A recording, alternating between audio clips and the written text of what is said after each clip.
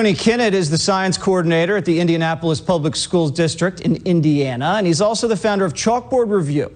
You may have seen his video making the rounds on the internet today. In the video, Kinnett responds to claims from Democrats that critical race theory isn't taught in schools. Watch. We do have critical race theory in how we teach. We tell our teachers to treat students differently based on color.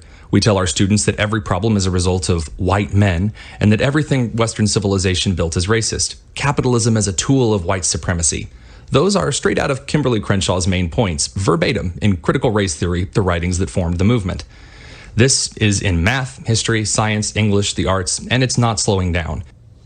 Tony Kinnett joins us now. So you're saying the dodge is, they don't have CRT 101 after math class. But what they do have is the entire CRT infused in every single course and every single classroom throughout the curriculum. Is that right? Absolutely. There's this very clever trick that a lot of administrators will pull. In education, there are two things that consist of learning. We have curriculum, which is what the students are learning, and then we have pedagogy, which is how it's taught. So we can officially tell parents, we're not teaching critical race theory. It's not in the Indiana academic standards. But all of a sudden, the classroom door shuts and the teacher starts teaching through a lens of this race essentialism that pits students against each other based on their color. So give some advice to parents out there. Perhaps they don't know if CRT is in the school that their kids are going to. How would they go about discovering it? And if it is infected in the school district there where they live, what's their next step? Well, the first thing you should really be doing is talking to your kids' teachers. So many of my parents had great conversations with me weekly on what was going on, not just inside my classroom, but inside the school. There is this very interesting myth by the left that all of the teachers are on the left and the right believes it.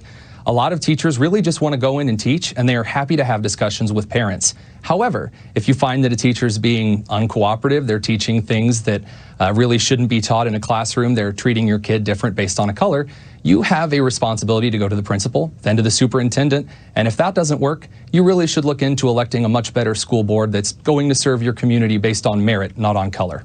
What kind of damage to the child's brain does something like CRT do?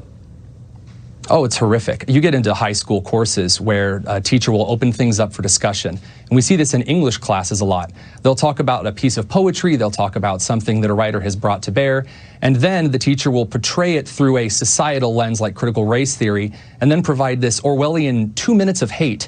And the students will be expected to talk about things in the essay, or in cases in like Manhattan, students will be expected to say things from home that were brought up in a very racist way. And all of the students are expected to participate in this, to chip in a little bit of progressive ideology.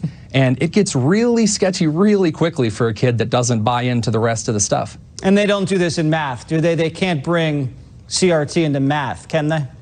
Oh, they sure can. They sure can. Ethnomathematics is a huge thing that's coming to Indianapolis Public Schools. We just had a very large meeting about it, and there's actually a program that's being developed with Indiana University that would analyze how a teacher teaches, analyze the scores of the students, and then determine how racist a teacher is in teaching that math course.